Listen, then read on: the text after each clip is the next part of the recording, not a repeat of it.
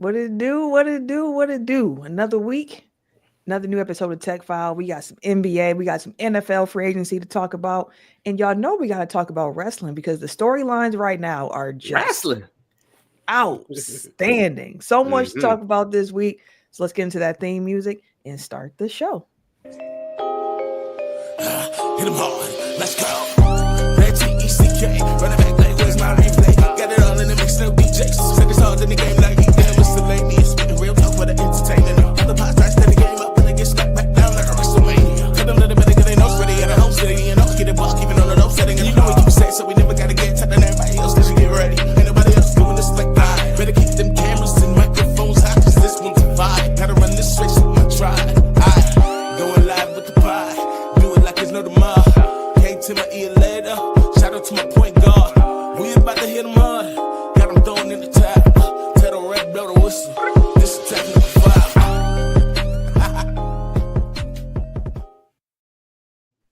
Welcome to episode 381 of Technical File, the sports podcast you never knew you needed. And it's your boy TIMKINZ, the number 3, aka As Ketchum, aka Mr. Give It To Me. Oh, that's not bad this week. You know, we still got a little volume with it. The Eric J is not with us this week, a little under the weather, so make sure y'all send some healing energy towards the Eric J. I'm Camille, point guard of the crew, the real life Tifa Lockhart, the girl next door, you know, holding it down for all the women who love sports. And it's your boy K Harris, the gentleman. The gentleman. The everyday gentleman. 24/7. But better known that. Oh shit. Yeah, Mr. Ooh, yeah, Lord Jesus. My bad. Oh, what happens, man? They need to die young out here. You ain't wrong. Hate to put that in there like that, but real quick. Speaking of bad habits, before we get to housekeeping, did y'all see that R. Kelly did his own version of residuals in jail? Talk about only got 2 minutes. He said, "Who got my checks?" He made that song about actual residuals. I did not hear that, but now I gotta go find it. This nigga said who? He was talking about people they put money on his commissary, bro. Dog. He used it as a time to hilarious. Yes. Bro. And at the end of it, it's like he getting rushed off the phone. It's crazy, fam. It's crazy. Hilarious, fam. I couldn't believe Somebody this. send me that. I'll find it. Yeah, I got you. I'll send it in the group chat. But hilarious. That's crazy. That's nuts.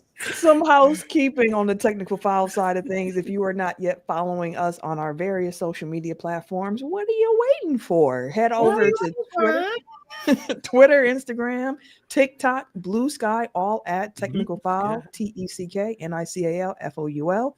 Technical File Podcast on Facebook and YouTube. On the YouTube side of things, subscribe, hit the bell so that you know when we go live and you can join the show, be part of it live. Every Tuesday night we record to release on Wednesdays.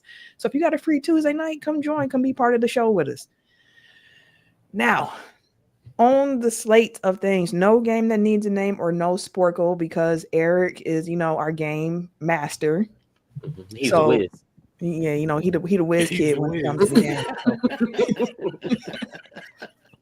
We're going to skip the warm-up games and we're going to get right into the slate of things to discuss. For sure. First things first, there was some unfortunate injury news to come out of LA. It could be worse, but it comes at a time when the Lakers were really starting to click here. Mm-hmm. Yeah, man, LeBron James, man, is out 1 to 2 weeks with a groin injury. When I first heard about the injury, I definitely LeBron is 40 years old. So anytime you hear anything injury related, you kind of hope for the best and just hope that it's not anything too serious. So again, groin injuries though can be tricky. Exactly, and this could be an injury that he deals with for the rest of the season too, unfortunately. So, but hopefully, he's able to bounce back with this injury and everything. But yeah, last night we definitely got our ass buzzed by the Nets. Brooklyn. Yeah. Hey yo. So, kill up. But yeah. But that game was like really out of sorts. It seemed like the Lakers were trying to force everything. So it seemed like they didn't want to like work for anything. It seemed like they were just looking for the cop out for like every play. It just seemed like, okay, like we know this is what we're supposed to do, but we're gonna try to do it this way. And I know after the game, JJ Redick said that it was a low communication game for the Lakers. And you can tell, like watching that game, it just seemed like they was basically just running around trying to figure it out on the fly, honestly. And that okay, I don't want to say that like it's alarming, but it is alarming at the same time because like LeBron is such an anchor and he helps make the offense flow and everything like that. But of course, I trust in Luka and I trust in, JJ coaching skills that I feel like that we'll be able to bounce, definitely next game bounce back. We can't get embarrassed like that, like especially like it seemed like everything was coming together. Luka was finally getting comfortable in the offense. Him and LeBron was getting, their chemistry is getting better. Our role players seem to know how to pick their spots and everything like that. So I'm still confident that the Lakers will still be able to, put up wins and stuff like that. But I honestly like losing against the Nets was like a wake up call for us. Like, all right, like it ain't sweet. Like we really still have to get it together. Just because we got Luka and LeBron don't mean nothing. And again, we got 40-year-old Bron. Like, do we really expect Bron to be there the entire season and to play at the highest level as he's been playing? Like, of course he's LeBron James, but he's still 40-year-old man. So I saw something. He has a lot of miles on him. He do. Then Tim, we can go right to you afterwards. But I saw something that was really interesting to me about the Luka trade, and it was like not only did the Lakers get Luka, which in itself is like, oh my God, y'all got Luka, but it's like the Luka trade also ensured that you have a more engaged LeBron because since like the trade and everything going on, like the defense for LeBron has been next level. Like you see him putting in that effort on that side of the ball a little bit more as well. And there's a joke going around saying that LeBron seems to get injured every March. Every March, it seems like LeBron get injured, and some people are questioning if it's real injuries and if he's just trying to take some time off before the playoffs. But I said that man is 40. I don't know. Take time off, I don't blame him. Hey, it is what it is. Like, we need him for the playoffs for sure. Yeah, got to find a way to continue the ball moving without LeBron James because the Lakers been really hooping. I mean, really even before the trade deadline. Like, I believe it's since January 15th. Like, y'all have had like one of the best defenses in the league. So, got to find ways to continue that. Yeah, that was one of the things that JJ wanted to make sure that he, changed and brought that different culture, being defensive. So, I don't know. I'm still excited. Again, like I'm expecting us to bounce back. Now, if we go on a streak, then we have something to worry about. But if it's just like a game or two that we just seem like out of sorts and everything like that, I don't think I'm too much worried about it. Two things. One, I'm gonna let y'all know that Ken downplaying the fuck out of how he reacted when LeBron got hurt. This man was Montoya off of the Temptation Night. He's ripping his shirt up. Porque! As soon as LeBron went down, he on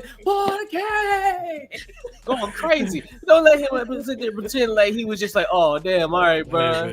I was like, Lord, please. Last season, we just started please. He was over there going flipping chairs and shit. He can't even finish his dinner. Don't let him down like he's over there chilling. You know damn well King went up. Hey man, I ain't gonna lie, in my chest, man. Hey, Montoya, that man was going through it. So was Ken. That nigga was running down the beach too. Going crazy. Man. Like we hate the Mavs. We mad the Mavs. Don't do this to us. Two. One thing I thought about with Luka coming in here and everybody like the hype and LeBron being more engaged and things like that, yeah. But the best thing that Luka had for him outside of just LeBron playing at that level is LeBron is still the system in LA. Luka's getting acclimated. So the best thing that you can do to get him acclimated is put him in LeBron's system. Even if LeBron ain't the one with the ball, LeBron know how this shit goes. So hey, even LeBron on the court, he ain't touching it like that. But hey, you move over there. Go ahead, slide down that way. Go ahead, set that screen real quick because we still know the system, even though LeBron may not be primary ball handler no more. Now that he's gone, that's probably why it does look a little disjointed, because now even if he's not the primary ball handler, he's still kind of bouncing around. Hey, here's instruction here. Here's where to go here. Slide here on defense. Slide here on offense. So you lose that voice, and Luka's still getting acclimated. So you can't expect Luka to be that guy outside the playing Luka ball. So that's what I was kind of like. That's probably why it looks a little disjointed, because LeBron is still the system until Luka becomes the system. Yeah. Sure. And here's the thing with it. I think, and Ken, you can attest to this, but it feels to me like, I think it was the Supreme Dreams and RDC when they did the skit of like LeBron being like, I'm 38. Like, what more do you want? What more like, do you want? LeBron's been waiting to have that guy come so that he can be the second guy to whoever he is. Like, the hope was that it would be Anthony Davis. Like, hey, you got the keys. I'm just here for the ride. Like, I don't want to be the guy who has to carry at my big age. Right. I want someone else to be able to lean on. And there's a lot of conversation around like Luka and LeBron, and can Luka be a number two and this and this and that, or can LeBron be a number two, and what does that look like? And what you're seeing is just two really smart basketball players when they are on the court together. Like, it doesn't look bad. It doesn't look disjointed when they're sharing the court. But knowing everything that LeBron brings to the table for the Lakers, the next week or two of games that they have, one, let me just say, I am so disappointed that we will not see Giannis and LeBron again. I feel like that's become a really rare occurrence now, because the Lakers play the Bucks on Thursday. Yeah. No Bron. That sucks. It's still there though, but I wanted to see the full squad. Right. But like over the next 2 weeks, like we said, they had the Nets. Up next, they have the Bucks, the Nuggets, the Suns, the Spurs, the Nuggets, the Bucks. And that's about that 2-week mark, the second matchup with the Bucks there. So we'll see if he's back mid-March. But like the stretch of games coming up without LeBron ain't gonna be a walk in the park. No. Not at all. Make sure y'all send our prayers today for Brian. Shailin's in the comments. Shout out to Shailin, the voice behind our theme song right now. Shout out. He also said, Ken, I see that's a Blackhawks jersey. Is that Toes? You can't turn all the way around. Who jersey is it, fam? It sure is.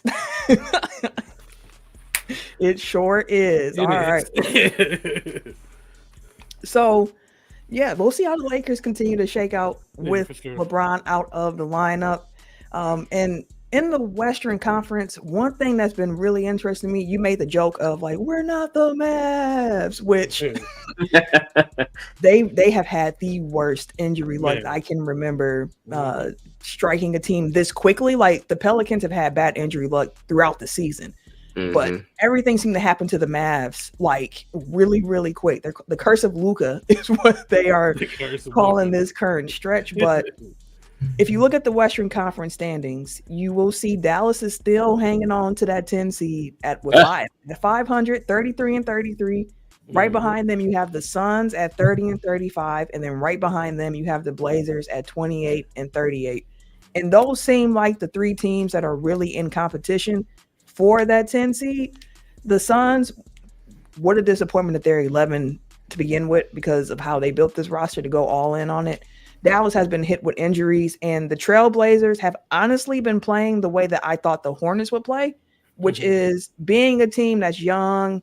You don't count on them or expect them to make a lot of noise in the playoffs, but you see the growth, and they become a pesky team where you're like, I don't want to play these dudes tonight. Like, they got some defense. They want to play fast. That's what I thought we were going to get in Charlotte. Have not. They have been bad.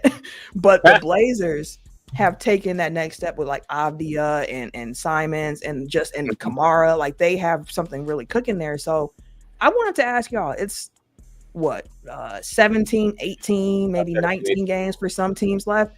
Which of those three teams do you think gets the 10 seed in the West? Wow. The Suns, it's not the Mavs. Or the Mavs. For sure. Hell no. So you got the Blazers or the Suns then. I will say this while you think that through. The Suns do have the toughest remaining schedule left in the entire NBA, not just between those three teams, the entire NBA. They still have to play Cleveland, the Thunder, the Celtics twice, the Knicks, the Lakers, and the Rockets twice. Let's go with Portland. They disjointed over there in Phoenix, bro. They're not gonna no. Yeah, it's rough over there in Phoenix. It is. The Blazers have the ninth most difficult schedule left in the league. They have to play the Cavs once, the Celtics once, the Nuggets once, the Knicks twice, the Lakers once, and the Grizzlies. And then if you look at the Mavericks, when you're just like, hey, maybe there's a chance, because they have the 21st most difficult schedule, but they still have to play the Knicks, the Lakers, the Grizzlies, the Rockets, the Pacers, and the Pistons going forward. So you said throw Dallas out. Ken, do you agree? It's not Dallas? Oh, yeah, absolutely. No, Dallas done. Stick a fork in them. So do you believe more in the star power the Suns have, although it's been clunky throughout the year and it's been a lot of turmoil, but they have the star power. They have KD. They got Book. Or do you go with that young Blazers team that they pesky? No one really expected much of them, but they have found ways to win some games. I think I'm going to go with the Suns because it's hard to go against, like you said, the star power that they have there.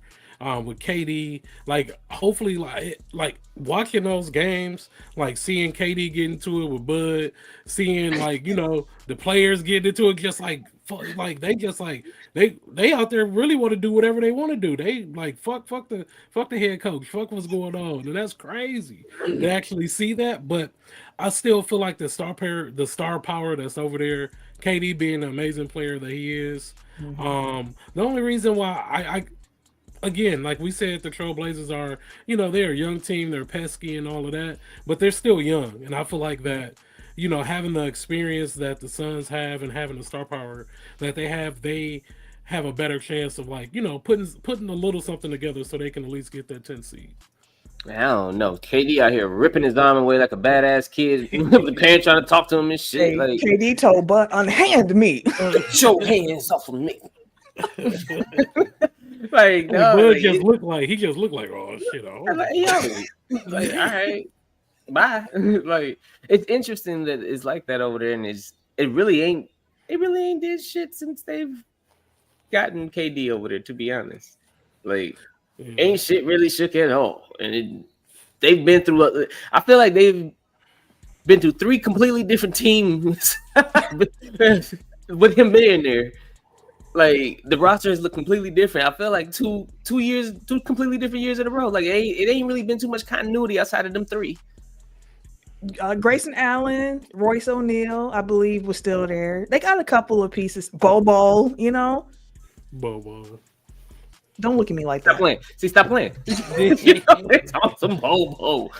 KD won't pass to that man on a damn fast break. He said my bad, but he knew he did that shit on purpose. First, let's pause on bring that up. I'm glad you brought that up because the way I saw that clip was somebody saying, "This is crazy. I ain't never seen something like this before." I'm like, y'all really don't hoop. It happens. No, it happens. Like sometimes you miss somebody when you hooping, and the right thing to do is to acknowledge it in the moment of even when you playing 2K. My bad, I missed you. Or hell, I may have even tried to make the pass and the motherfucker got intercepted. My bad, but I saw you. I tried to get it there. My bad. It happens. That's what happens when you hoop. But it's hard for me to pick between Dallas. I don't have the faith in. Like they be lucky to have 8 healthy bodies for a game, the minimum you need to compete. Like they finna do an open challenge to fans and shit. They just need bodies at this point. They need bodies. He said they might need me and Jared Dudley to get out there, but they ain't got enough money for us because they are financially locked from doing a lot. So it's just like it's going to be 10 days, and that's really all they can give out. Shoot, Kai Jones on the 10-day right now, and he injured. That's crazy. Like that's nuts. It's tough, but the schedule the Suns have is really tough. I think the Blazers are the feel good story about it. I think that's what they're really aiming for to make some noise, but it's hard for me to say like Phoenix is done. I don't know why I even still have that much faith in Phoenix after seeing what they have actually put on the floor. But 3 games up on the Blazers, I believe it is right now. That's not insurmountable, but a lot. Especially with 17, 18 games left. Yeah, you gotta get to it. So We'll see how that goes. The 10 seat race in the West is fascinating to me. Honestly, even the tanking race in the East is really interesting to me because like the Nets picking up wins, the Raptors picking up wins, and then here come the Sixers. Man, what y'all doing, bro? Like right now, the Nets, Sixers, and Raptors all have 22 wins. Mm-hmm. None of them gonna make the play-in. That's gonna be the Bulls. You know, the Bulls are playing Kings at this point, but it's something about the little races that be funny to me. But we shall move on. Something to keep an eye on. Eric is not here this week, but he had an interesting question for us that I want to bring up because today, as we record this, March 11th, it's the 5-year anniversary of the COVID shutdown. And I'll never forget that day when we watching, you seeing the games playing, you seen all the teams huddle up and they're calling all the games. Like, it's done. The NBA has shut down. And we were sitting there like, what? And then the world shut down. And we still had a sports podcast that we wanted to try to do. Held it down, though. Every week. We was outside of some of the weeks where, you know, Black people were getting killed unfairly and unjustly. We had to take some mental health breaks, but like otherwise we were here and going through it. But Eric had 3 things that he wanted us to try to name. So what is one thing that you miss from pre-COVID times? Is there anything you miss from pre-COVID times? Because to me, I think that the answer is the ignorance of just how many germs be out here. Like I be seeing you know, packed concerts and everything. I'm like, man. Yeah, you be sweating them motherfuckers. Sweat. Yeah, no, it'd be all kind of crazy shit. You walking by motherfuckers, people, I chew, you inhale immediately afterwards. Like, what the fuck is going on out here? Who's inhaling the sneeze? It's some weird shit, bro. Like, the world is crazy. You didn't inhale the fart, you ain't tried to. I ain't know, goddamn. I don't know how to even. You ever walk in this motherfucker like, God damn, who farted in this motherfucker? Like shit like that. Shit like that happens. It happens. So we're just more aware of it now. Right? Like, God damn. Somebody say excuse me in this bitch. Oh shit, that's funny. So, yeah, the germs is going crazy. The craziest part about it is that even though it's been 5 years, it is still kind of hard to remember life before COVID, if that makes sense. Like, real, even though it's been 5 years, you're like, dog, like, how was shit before this happened? Like, what? Like, yeah, but yeah, man.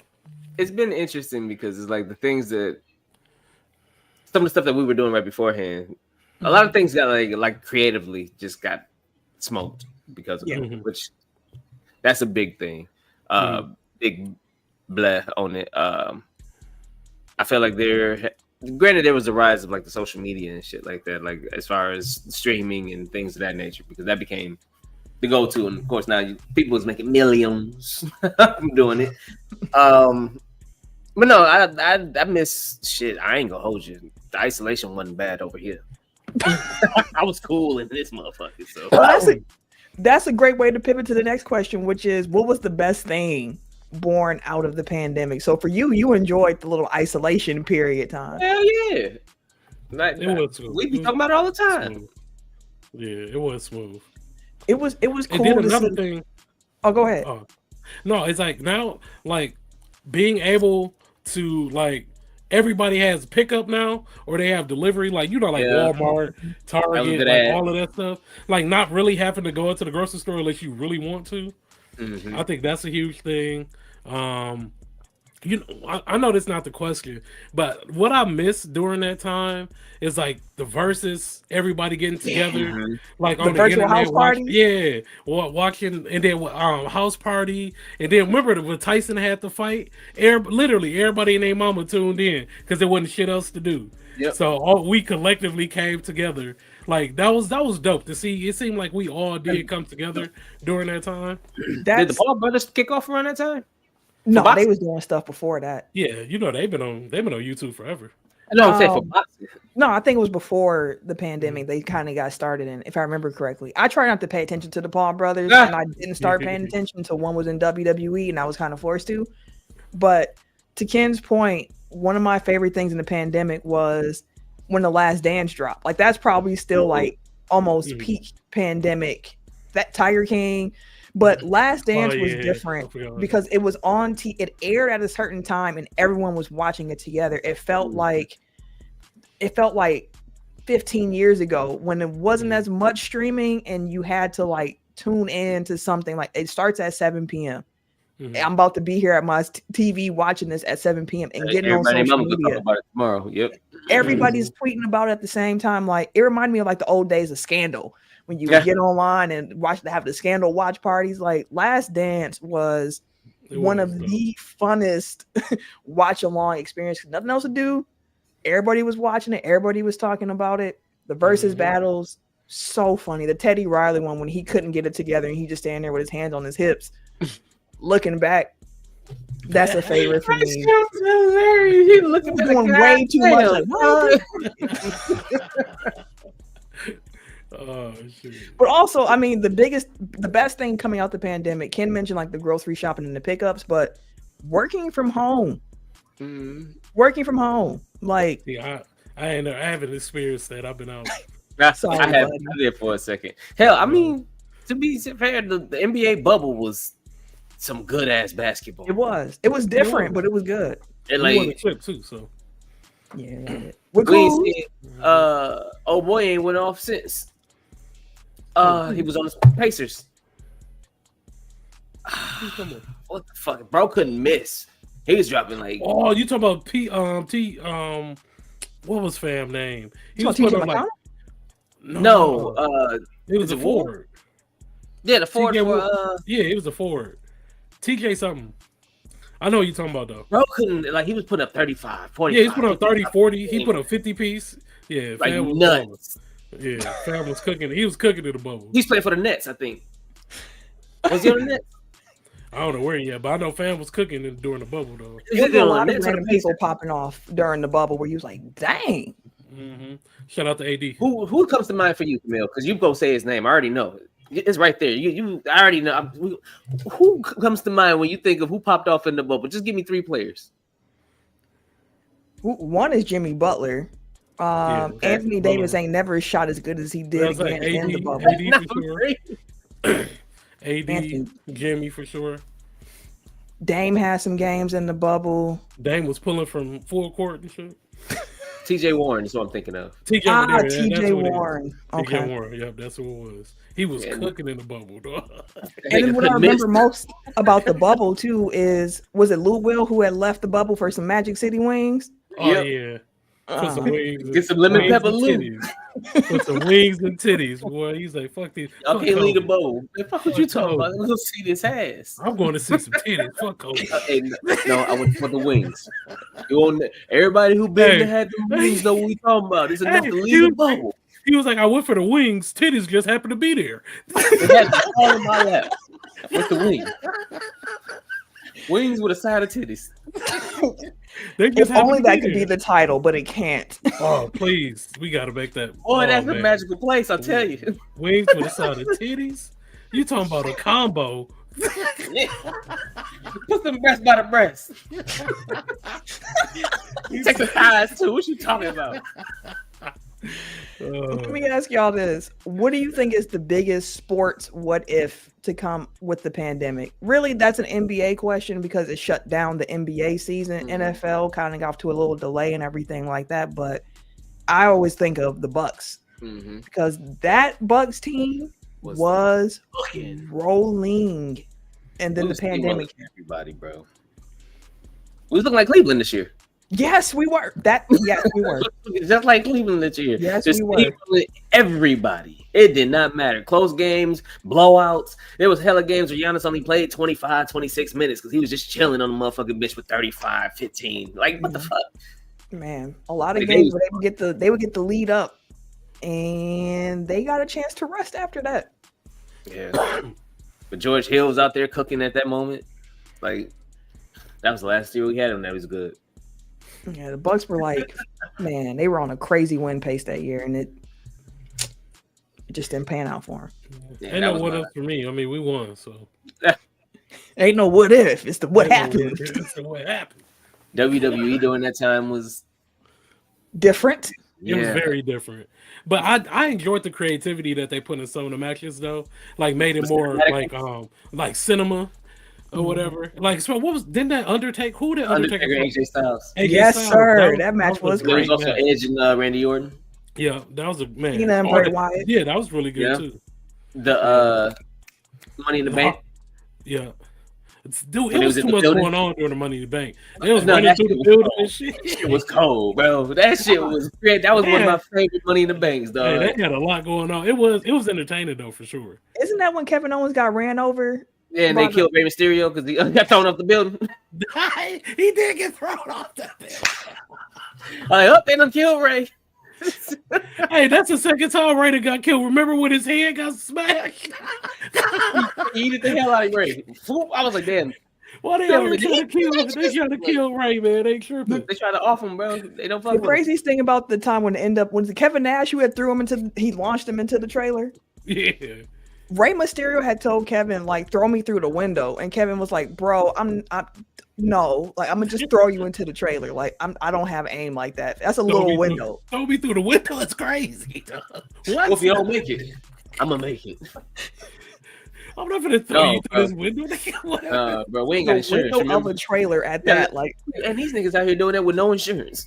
Dog. Because Vince wasn't giving nobody no insurance. Throw me through a window with no insurance is nothing. If they die, they die. It's crazy. That's that 20s energy. That's what that is. That's that I don't give a fuck in your 20s energy. I say some shit like that in my no, not today. What? But yeah, the pandemic, man. What a time. What a time. I can't believe it's been 5 years already, but whew, okay. Let's move on to the NFL. Free agency has started. Of course, there are a lot of teams making a lot of moves. Some surprises have come along the way, like Geno Smith being traded to the Raiders. What? The Raiders. DK Metcalf going to the Steelers. Sam Darnold heading over to the Seahawks in return. Like, it's been a lot of movement. But y'all, if you are, part of Tech File fam and you know how we get down, Ken is a Bears fan, and the rest of us are Packers fans. So, what we gonna talk about? The Bears. We had right. I mean, I just want to know because there's been so much movement. We really only care about our teams like that. Ken, y'all have changed one of the key aspects of y'all team that you truly and desperately have needed to do for at least the last 10 years. But y'all ain't invested this much in the trenches as y'all have done this offseason that y'all been needing to do. Yeah. So I'm just curious how you feeling so far about y'all offseason. I'm excited, man. Y'all know I had high hopes last season. It didn't pan out the way that we expected it to. But the Bears did play hard the entire season, and they showed glimpses of what we could be. And then now it feels good to see that they are actually like righting their wrongs. Because with the Bears organization, man, we run like a mom and pop joint, fam. And it's like very irritating that it's obvious things that we need to work on. Offensive line, like if we have our future quarterback, we have to work on offensive line. They rehabbed the entire offensive line this offseason. So I'm very grateful for that. They also added some pieces to our D line as well. And again, we got Ben as our coach. Like all the moves that we've done so far, like I am very excited and very optimistic. Again, on paper, everything looks amazing. I just want to see how it's all going to come together. Again, I'm not expecting instant gratification from everything because, it does take time. I'm trusting the process. But being a Bears fan, people that are not Bears fans don't understand like how hard it is being a Bear fan. Like we fight for our team every year when we trash, fam. And I got to sit and just eat it, fam. Just like, but I'm still, I'm not going to give up hope. And they let me down every week. Yeah, but it's exciting to see that they're actually like looking like an organization that knows what they're doing, and that we're putting in the right pieces to actually build, like to actually become a contender. And that's that's the thing. It's like the Bears becoming a contender is like a huge fucking thing. Like, first of all, we finally got a quarterback, and we haven't had one of them in 20 years. And then now that we're finally like that. Or was Jay Cutler 20 years ago? I don't know. Ooh, shit, was it? No, that's about right. Because when was y'all Super Bowl year? 06? 06? Color was 15? Damn. Niggas old. Yeah, that's crazy. But yeah, man, I'm excited, man. As again, like I said, as a Bear fan, I'm not gonna jump out the window like Cowboys fans every year and say Super Bowl, but we coming. Yeah. We finna worry about, taking over the NFC North, first, and then we go conquer the NFL.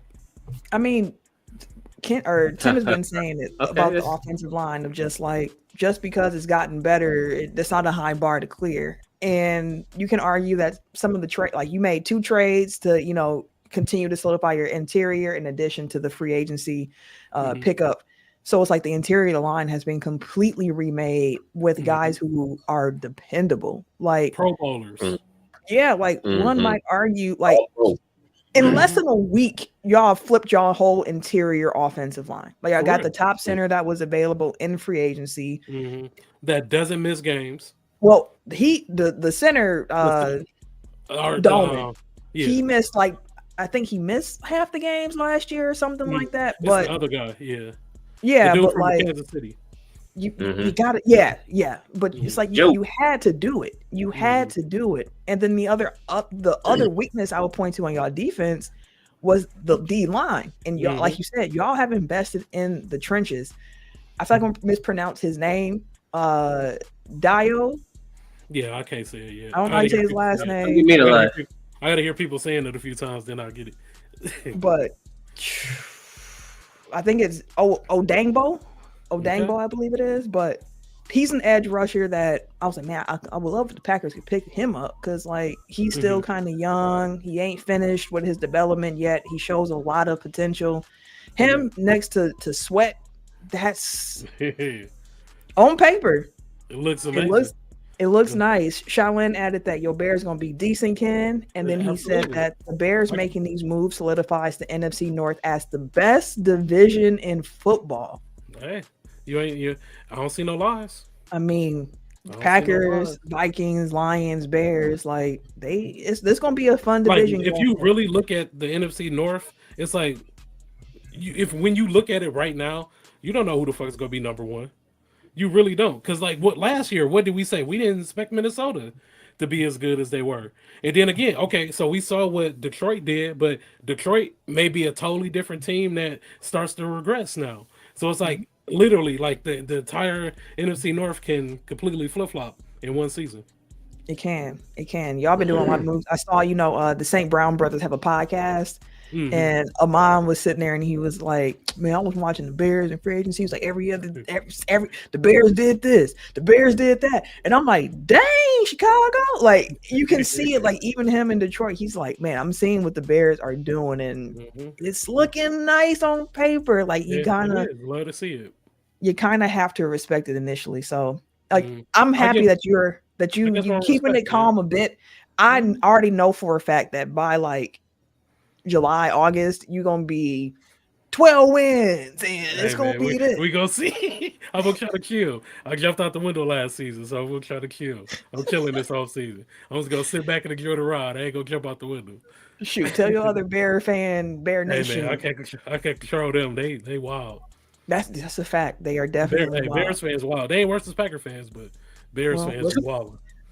I mean, if this year you said y'all would be looking around like 8-9 wins, I wouldn't argue with you on this one. Like after on paper, the moves that y'all made offensively, and I was like, this actually, let's just say I'm giving put it out there. I'm giving y'all too much credit when I say this, but I feel like if you put it in steps and you say year one that I get in there, I need to find my playmaker. I need my quarterback. I need to find that guy that's going to be my new face of my franchise. I know I ain't got no line and shit like that, but I just need to make sure he got some. I need to find some weapons first, some young weapons first, both sides of the ball, and some guys that I can build around. Year number 2, if I got something for my quarterback, I know my offensive line is shitty. We're going to invest as much as we can in making sure he can stay upright. And making sure that we can go ahead and disrupt some shit on the other side because we do got a good defense, and Sweat needs a partner.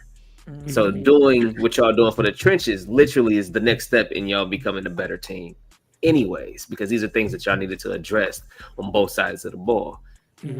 I don't like it because it makes y'all better, but it's not to say that they aren't good moves. They were really, really, really good moves to me, because keeping your quarterback upright, not even just that. Like, I was looking at the mock draft and stuff like that.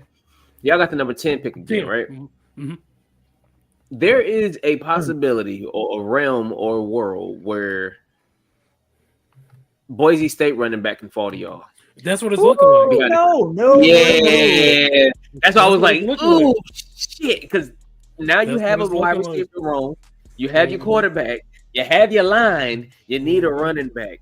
Why not go after Ashley from Boise State? Give it to them. Because they need quarterbacks. The quarterbacks is coming off early. I think the O-lineman coming off early. So it is a possibility that he could. We took care of the O-line. We need let's go ahead and get the young bull. Don't want that. I want to see. Do not. You know, so that's why I said I'm gonna give y'all too much credit early, because being the Bears, knowing that y'all need that, y'all not gonna do that. All right. Y'all not gonna do that. Because you add him with them, and then I'll have more faith in y'all than y'all might have. Never that. That's impossible, Tim. That's never that. Oh, it's literally impossible. I would never. Never that be. I would never. I was trying to be nice. Well, let's got to see on my cat, son. Listen, man, here. Let's flip to the other team in the division that we care a lot about, which is the Green Bay Packers. Really, only 2 moves so far in free agency for the Packers. Signed Aaron Banks to a hefty deal. I still need to see how that's structured, because we know how Green Bay tends to get down. Like when the numbers came out for the Nate Hobbs signing, the cornerback from the Raiders, if you look at the numbers, it's really a 2-year deal, and then we gonna see. Right. We gonna see. A lot of it's in the signing bonus. It kind of keeps the cap clear. That's how the Packers tend to structure things. I will be surprised if the money for Aaron Banks turns out to be a true 77 that's going to like convey into his pockets. But them going offensive linemen and then getting a cornerback, we knew cornerback. Yeah, you gotta attack that. I was hoping we would see the Packers also get one of the top end edge rushers that were available. A Chase Young, maybe. Odaibo. Is that how I said pronounce his last name? Who the Bears ended up getting was another one. Another one. The edge rush is still kind of weak. The defensive line period is weak. TJ Slayton went off to the Bengals, so that was a guy who played some snaps for you. They still have to address that, but I'm not mad at them investing in their offensive line. I know there are people who are saying the Packers overpaid for him, and quite possibly, but I think the more I thought about the Aaron Banks signing, the more I started to think, I feel like they did this to put Banks at left guard, move Jenkins to centers, maybe it's Ryan, but all of the movement I think is being done knowing that Myers is gone as your center, so you need another starting center, but also giving Jordan Morgan a chance to become the starting left tackle for the Green Bay Packers. Like, the Packers love versatile offensive linemen and all that good stuff, but Jordan Morgan is probably a tackle. From everything that I've seen, people who are watching the film, they think he projects better as a tackle. So I think all the moves that they've made have put in place a competition for the Packers this summer between Rasheed Walker and Morgan to say, like, which one of y'all can really take this starting left tackle job. So that's, I can deal with that. And as for Hobbs, he's more of a slot corner. Doesn't mean he can't play outside, but he's more of a slot corner. I know a lot of Raiders fans were sad to see him go, but there's some questions around him, but he's a younger guy too, so he kind of fits into the timeline of the Packers defense. So all in all, not a bad start to free agency for the Packers. There's still more work to do, though. I was talking to my dad yesterday about the Nate Hobbs signing, because he was like, "So who is this dude?" Like, he always, we have our conversations and stuff about the Packers, so he kind of led me down a rabbit hole, like just kind of looking him up a little bit more. The thing that I do like most about him, and what I said in the group chat, and the same thing I'm telling my dad. One, let me rewind. I don't know how this defense will turn certain players, because we've had Barry, 5 years or something like that, for a minute. We had Barry for a while, and before that we had Barry. Yeah, it was Barry and what's the name? Who was before Barry? Not Joe. Was it Philbin? Philbin was Philbin right? No, I think it was someone else in between Philbin and Barry. But we had defensive coordinators that lasted us a couple of years. So when we get a player, we were like, okay, dude don't fit our system because he keep getting these man corners and we keep playing zone. Like, what the fuck? Stuff like that. So we don't know necessarily what this system will turn Patine really into. Patine. We don't know what kind of system this defense will turn them into because it seems more like they have a little bit more space to run, more so the ability to be ball hawks if they are. And getting Hobbs happened to be the number one corner for the Raiders 2 years and the number one outside player for 2 or 3, 2.5, because he like his second year he beat out honestly his rookie year he got all rookie team and he beat out Keyshawn Nixon for the third cornerback spot, oddly enough. And then after that he was a starting corner for them for the next 2 years as the number one, and he was working outside like he was more outside his first year, than after that it was more slot. Well, it was him and Marcus Peters year 3, and then it was him and it was another good corner because I was talking to him. I was like, he's worked with some really good corners except for last year, but he was number 1 or 2, 2.5 years. So he has a lot of outside man coverage or outside experience as well as the inside slot. Though we probably put him more so to the slot, but it's interesting because, like I said, for him to been on a Raiders team like that and been the outside coverage guy for a minute, to come over to a team that where you're not expected to be that number one outside guy. Hopefully, like I'm hoping we do a little more work. But if that's because he has that, I think that's part of why we looked at him too. Like, hey, he has some outside coverage skills. If we need him to be that number 2, he's used to being that number 2 or number 1 on a team, anyways. So like, that can just change his talent a little bit being over here. Now, I think your time frame of how long he was in a boundary corner is a little off. I don't think it was as extensive as you're saying. He played it. He definitely played it. But I know most of his snaps came from the slot. But I think it highlights your key point, though, overall, which is he has flexibility. You can play him inside. You can play him outside. And we know that Hafley is somebody who likes versatility in his defensive players. He likes to be able to move guys around to see how it fits. But if he is that corner or the slot corner for the Packers, I wonder what that means for Bullard, who took that role on last year. It seems like Keyshawn Nixon is going to be your outside guy. We'll have to wait and see what happens with Jair Alexander.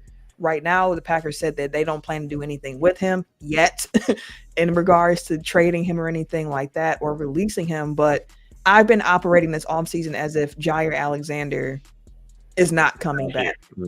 If he does, surprise, surprise, like your corner room's a bit stronger than you thought it was going to be. But the Packers have to attack, in my opinion, the cornerback room, I thought, through free agency and through the draft.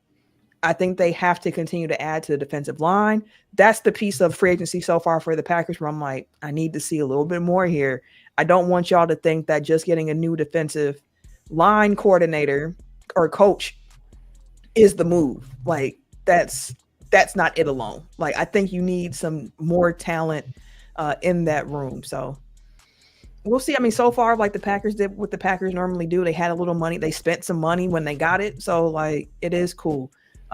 Mark added that he thinks they trade Jair day 3 of the draft.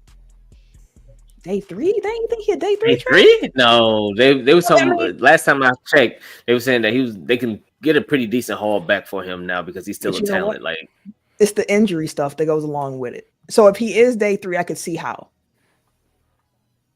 Because that's part of the Packers argument. Like, he don't be playing when he's on the field. Outstanding talent, but the injury. I still think you get like at least a third for him. It's probably gonna be a 4th or 5th, fam. Probably, but hey, it's still early. We'll see how it goes in the draft. As we all know, plays a big part in team construction. But so far for the Packers, it's been all right. Oh, and just in case y'all missed it, we just swapped corners because Nate Hobbs came from the Raiders and Eric Stokes went to the Raiders today. Well, best of luck for Stokes. I seen on Twitter, they was like, Packer fans, how y'all feeling? Don't go in the comments. Best of luck to you going forward, Mr. Stokes. Best of luck. Ken, from a Bears perspective, has anything the Packers done so far, which is not much, has it moved you anywhere? Or you just kind of like, they haven't done, not yet, but it's still early. I mean, they haven't done anything yet, though. No disrespect or nothing like that, but no. Just gave Jordan Love a little bit of protection and Josh Jacobs another body to, help create a lane. That's all. Mm-hmm. Packers might be leaning even more into that run game, actually, with the acquisition of Banks. That's what I was thinking, because I'm like, well, shit. If we're going to upgrade that, Jordan is stay upright, but the tackles are more so for him. Like, prevent the pressure up the middle, but you want to protect the front end and blind side. But the guards are typically more so for the running and the running backs. And we get a mauler there. They got some big bodies in the middle now. I think everybody like 6'4", 6'5". Like, it's they big in the interior of the Packers offensive line. So it should be fun to see. I'm curious to see how the training camp battles play out for the offensive line and who ends up in what spots. But that is so many months away before we see how that shakes out. So, keep your eye on free agency and how things continue to shake out. Let's move over to WWE, because as much as the NFL trade deadline was cooking, these NFL storylines have been outstanding right now. Yeah, the WWE is like cooking right now. Like, literally everything that they're putting together, everything that they're writing, it's like it's cinema right now. Like, again, we've been telling y'all this almost every week. If you were a wrestling fan and you want to get back into wrestling, this is the perfect time to do it. WrestleMania season is strong. WrestleMania is what, in a month, next month? Yeah, the 20th. Yep, all the storylines, we're starting to see everything pieced together. Like, they are cooking, man, and I'm loving it. Like, I absolutely love it. From Bianca, Jade and Naomi stuff, like, that is crazy, fam. I love how Jade is coming back and they're making her look more like an enforcer. Like, she coming back like wrecking house. Like, even with her attire, like, she the white, really like the blood splatter. Yeah, like fire, fam. Like, she looks like a damn near like a superhero or like an anti-villain or some shit like that. So I'm excited, man. Again, that, and then we have Cody and Cena, and then The Rock and the corp being the corporate champion. It's just like, man, like literally everything that they're doing. Hey, man, I do want to go back. Like, hey, Travis Scott, wild, fam. Like, you really fucked my boy up, dog. You gotta chill. You fucked him up for real. And then start releasing merch on him. And then release a t-shirt on him. Talking about wrestling is real. Yeah, obviously it is, nigga. You got the fuck. I be mad as a motherfucker. Like, did you release merch? You get my eardrum blown out. Hey, man, but Travis Scott, he got merch for everything that he do. Everything. I shout out to him, though. I do mess with Travis Scott. But yeah, so again, like I said, man, it's a perfect time to get back into wrestling. Like, it is absolutely fire. Last night we saw the Tribal Chief come back. Finally. First of all, CM Punk and Seth Rollins, like, they can never put on a bad match. Like, because you feel like the hatred that these guys have for each other. Like, it's like, okay, like, I really don't fuck with you, fam. Like, I'm like on no level. Like, I really don't. And they be in there, of course, it's wrestling and it's scripted, but they really be in it. Like, they sell it so great. And they don't fuck with each other. Huh? They do not fuck with each other. Yeah, they do not fuck with each other. And then seeing Roman come back and just like beat the hell out of Seth like that, and then hit him with his own move. I was just like, oh yeah, it's lit, fam. No, that shit was Seth, Roman, and Punk. And actually, let me start my thought from the beginning. With Seth, Roman, and Punk, it's one of those things where when CM Punk and Seth Rollins started wrestling, and they've been beefing for the last couple of weeks. I literally forgot about Roman because we ain't talked about Roman. Ain't really Roman ain't been there. You've been worried about Cena. You've been worried about Jade and Bianca. You've been worried about Seth and Punk. Like you've been worried about the tag team division. Like you have a lot of things going on right now. People losing titles and winning them. So Roman not being there. On my girl Chelsea Green adding to her Secret Service stable, fam. Oh my god, Secret Service stable is hilarious. And it's one of those things where they removed a key piece and brought him back at the perfect time to where you be like, oh shit, I forgot about Roman. I said the same thing. Like when he came out, I was like, shit, I forgot that he ain't been around. Like that's crazy. I haven't. Because we felt like we felt like it was Rollins and Roman we was like, okay, that's gonna be the WrestleMania match. But because Rollins and Punk been beefing, a lot of motherfuckers like, okay, you know, it's gonna be Rollins and Punk until the Hell in the Cell. Like, wait, why the fuck are they doing the Hell in the Cell on Raw? I said the same thing. The cage match. Yeah, and I just said the same thing. And so I had it on the background, and I'm sitting there talking to my wife, and I'm kind of like peeping it, and I'm like, I'm thinking something's going to happen. I'm like, this match can't, like, something's going to happen. And as I'm watching, I'm like, these niggas really wrestling. I'm like, damn, they was going at it. Like they put on a fucking show for it to still be, oh my God, here go Roman. And Roman being petty Roman now, which I love petty Roman. Had me rolling last night. Not only did he stomp on Seth Rollins, he whooped his, gave him the fuck you thing, hit him with all of that. He looked in the ring and Paul Heyman up there consoling AJ. He was like, CM Punk. He made a face like, ain't this a bitch? I know damn well that you ain't in the here with my ops. And as soon as he hit the cage, he hit CM Punk with a fuck you talking about. Hey, what the fuck you doing here? And then Paul Heyman like, shaking and shit like that. Chill out. Hey, that's my bit. He definitely was looking there like, what the fuck? I was like, oh, this shit finna be fire. I was like, Paul Heyman finna sell all sides of the Punk and the Roman shit. Seth Rollins finna say fuck you to everybody because I've been hating your Punk ass. I'm like, nah, fucking with you, and I know I screwed you over. Damn, get over it. But damn, if you want these hands, we can do this shit too. But really, fuck you over here. Big time. But that's the thing, because we hadn't seen Roman since the Rumble when he got a double stomp on his head, and which I still find the comedic timing of Roman in that moment hilarious. Him looking at CM Punk being like, we were just teammates a month ago. And the next thing, he's getting his head stumped into the mat. But the way that the three of them got eliminated at the Rumble, I was like, a triple threat kind of makes some sense because you have to have them on the WrestleMania card. But it's like, what else are you going to do with them? And to you, I can't remember which one of you said it, but like how Roman's just been gone for so long that you just start forgetting about it, that scene, thinking about other matchups and how it might shake out. But once he came back for that cage match, it's like, oh yeah, we back on. We back on. And it's about to be some fabulous storytelling. Charlene said that I saw something on Facebook, it probably fan made, but it was like AJ Lee and Punk versus Becky and Seth at Mania. No, I think that is definitely fan made because I think this triple threat is that's the money. Is the way to go. That's a main. No belts involved, and that still would be top of the card, number one main event at Mania easily. And night one for sure. It's going to be a lot of matches at WrestleMania this year. That's going to be like, come try and beat what we going to do tonight. I feel like that competition level among the cards is going to be there. Of like, we going to put on the show. So I don't know how you're going to follow what we plan to do, but you can try. You can try. Triple threat was Sammy and KO and Randy too. Then maybe that could happen. A lot of triple threat matches. It is because But when you got so much talent too, it's like it's hard to. You got a month to put some shit together, so it's easy to just put three of your stars together and just let them get. You got to think, dude. Roman, CM Punk, and Seth, like that's a marquee match, fam.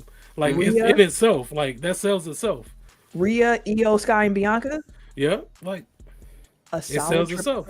Exactly, it sells itself. And I want to see it. Give it to me. I want to see it. And that's not including none of the championship matches. No, John Cena and Cody is about to be pure cinema. That's going to be pure cinema, fam. Like because Sports Needs to be in there, bro. Do y'all think it's just them, or do you think it's somebody else that's going to be somebody else? They go top last year. It's going to be somebody else. It's going to be unexpected. Man. At first, okay, let me workshop this. Idea was like, could LA Knight be a part of this? Yeah. I would not be mad at it. LA Knight would fit. I mean, LA Knight would really fit. He do. That's what I'm saying. Like he will really fit. So if they did add a part, no, but who I want them to add, if they added the Street Profits, fam, that would take it to another level. I would love to see that. It is just it's so much going. And speaking of the Street Profits, I think that the men's tag team division, it's been slowly bubbling up, but we're finally at a point where I'm like, okay, all the chaos that has been happening with the tag team division, y'all officially have my attention now.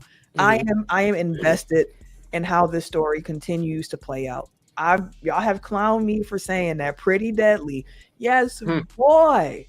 I do not like one of my favorite tag teams. I don't hate them. I do not fuck with them motherfuckers. They are so entertaining, and they can wrestle. Like, I'm a big fan. They can wrestle. I don't like the machine. What is that? Motor City Machine? Yeah. I don't they like can wrestle. They can wrestle. But I don't like them though. They are unseasoned boiled chicken bland when it comes to character development. That's why I like Pretty Deadly. Like, they be in the back just on that bullshit. Yes, they do, and I love it. That's also why I became a Chelsea Green fan, because entertain me, please. And that's what they do. You got the Pretty Deadly with DIY, who Gargano's been getting darker and darker by every single week. You got Street Profits, who are on their whole like mafioso type of energy right now.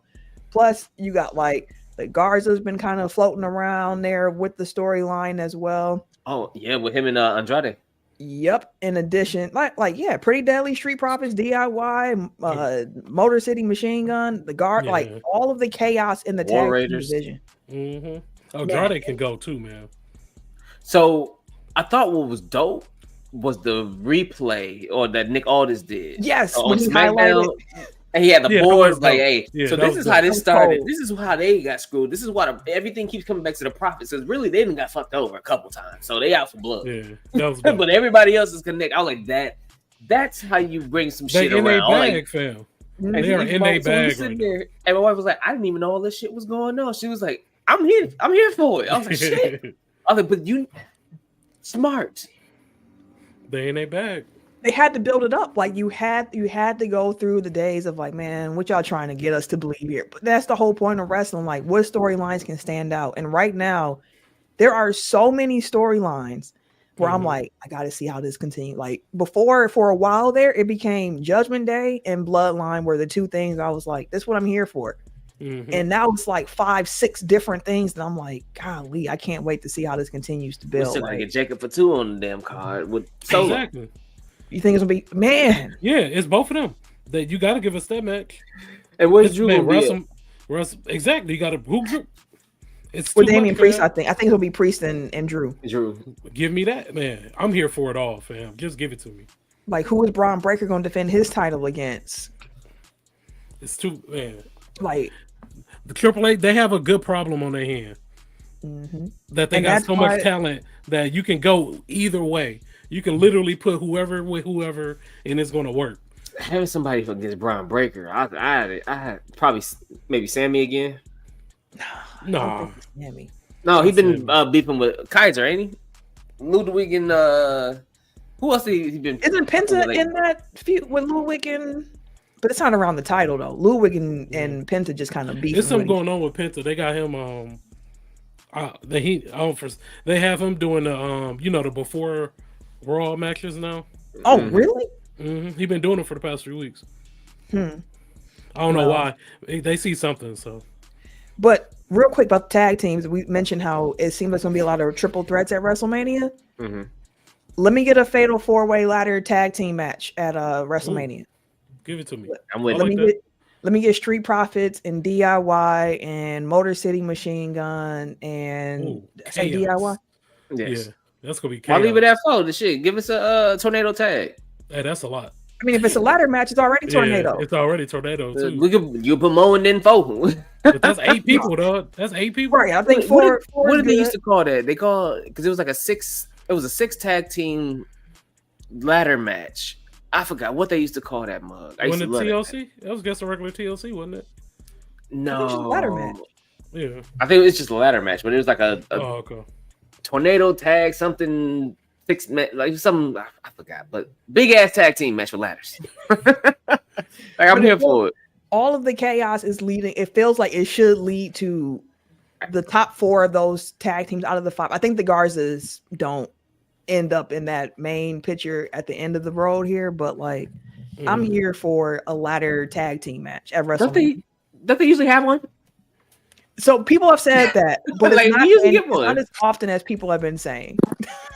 But I feel like it's often enough to where a lot of people are saying, "Don't we usually get one?" Like it's often enough. Like And they normally be cracking because the And last time I it's a remember, staple. that's when Miz and R-Truth won the belts. Yeah, that was last year.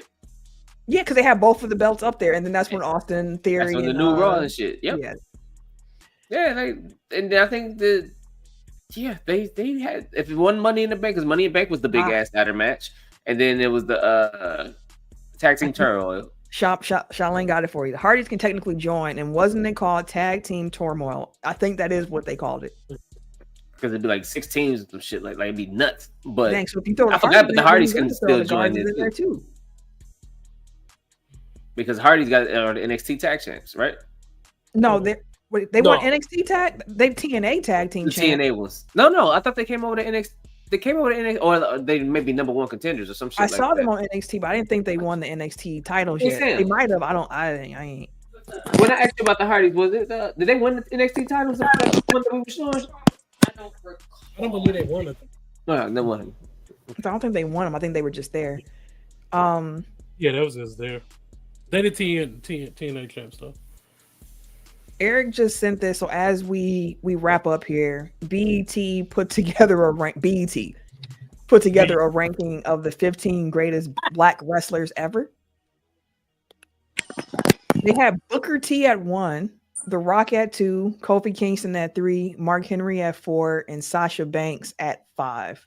Of course, it's 15, but I'm gonna just give y'all the top 5 there. Do y'all think Booker T is the greatest Black wrestler of all time?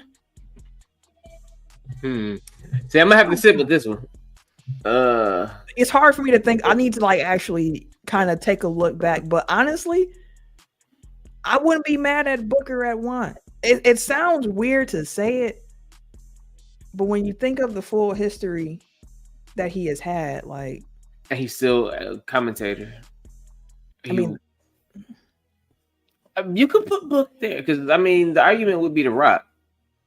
But it's the longevity argument with Booker as well. Ken done froze on us. At least he ain't smitten. Oh my God, no, he's smelling what The Rock is cooking. He enjoying whatever aroma that is, my boy. That motherfucker hit. He in heaven. That's a euphoric smell. Whatever it is, he praying. He's saying thank you. Thank you to whatever this is. And my man was appreciative, boy. Oh, I tell you. He said he was smelling what The Rock was cooking. Yeah, I mean, we might have to listen. I feel like we should table Book that. Might be an argument because I think there's an argument for Book. Because I'm still like Bianca's shooting up shit, and I feel like she should definitely be up there already over Mark Henry. Over not yet. No, not yet. You don't think she'd be over Mark not yet? Bianca been wrestling for like 5 years. Like she's like she's top 10 probably, but like over Mark Henry, fam. That's she's done a lot. I know she already has, like longevity is part of it, which is like the fact The Rock is 2 on that list just shows how brightly he's shown during his limited run in WWE because his time here wasn't all that long. It wasn't. I mean, even if you put what he's done over the last year with his time, I think he still come out to like 2.5, 3 total, 3.5. Like in addition to what we saw during Attitude Era? Right, like the 3.5. Ooh, see, Riles Real Estate. He said, R-Truth. Where's our definitely can make an argument for Let me see if they got Truth on the list. He's not on here at all. They don't have him at all in the top 15, y'all. They got Jazz over him, Sheldon Benjamin. Here's how we'll end this here. Also, Eric said that Euphoric Smells is crazy. You see, my boy was in heaven with that. Bo had the eyes closed, nose up. Shaolin added that in ring, I would go with Booker overall, but overall, I'd have to go with The Rock, which I think there's an argument for. So here's what we'll do. I'm going to actually say the list of 15 here, and then what we'll do is we'll kind of table it, have some time next week to kind of go through it, formulate some opinions, and come back with it. But here's the BET ranking of the 15 greatest Black wrestlers of all time. I'm going to go from 15 to 1. 15, Jazz. 14, Shelton Benjamin. 13, Naomi. 12, Jacqueline. 11, Big E. 10, Devon Dudley. 9, Bianca Belair. 8, Bobby Lashley. 7, Ron Simmons. 6, Junkyard Dog. 5, Sasha Banks. 4, Mark Henry. 3, Kofi Kingston. 2, The Rock, and 1, Booker T.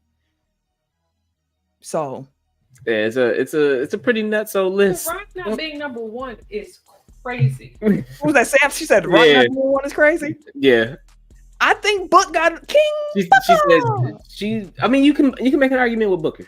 You really could. The Rock not being is crazy. I said what? I understand. What I said. I understand. I hear you. Charlene said that's disrespectful. I'm really curious to know which part of that you thought was disrespectful.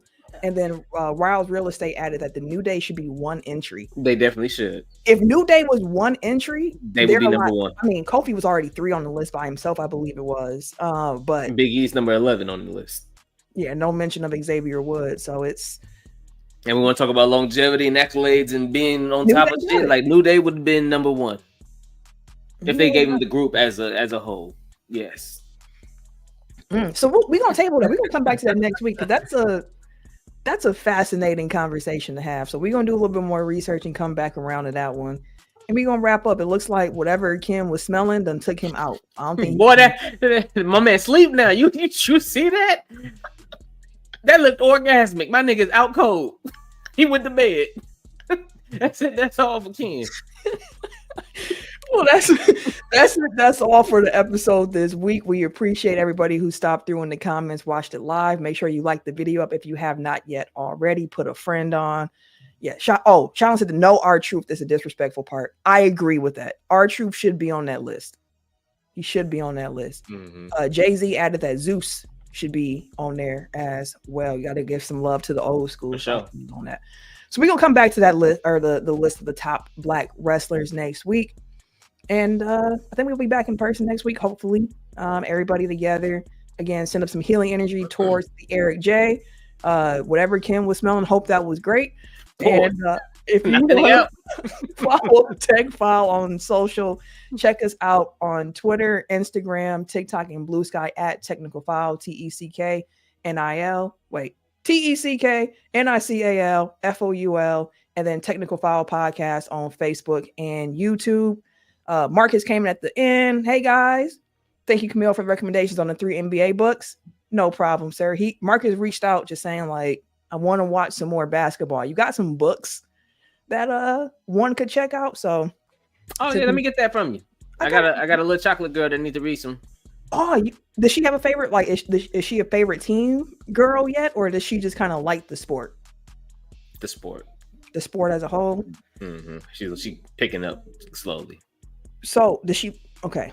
There's also the ESPN a basketball story, like the documentary that they put together. They also made that into a book, but for her being a kid, the visual of it might be a little bit more entertaining. Yes, and keep her a little bit more enthralled into the content here. But yeah, I'll send you the list as well. And if anybody else is ever curious, just let me know. But if you want to follow me personally on social media, you can catch me. Wait a minute.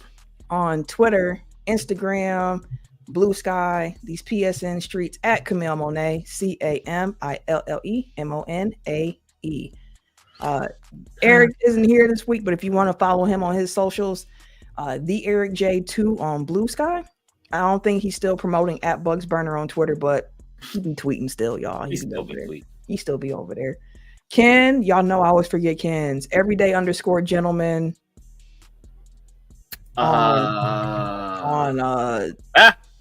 Don't do it. I'm on next right now. Let me see which one it is on next.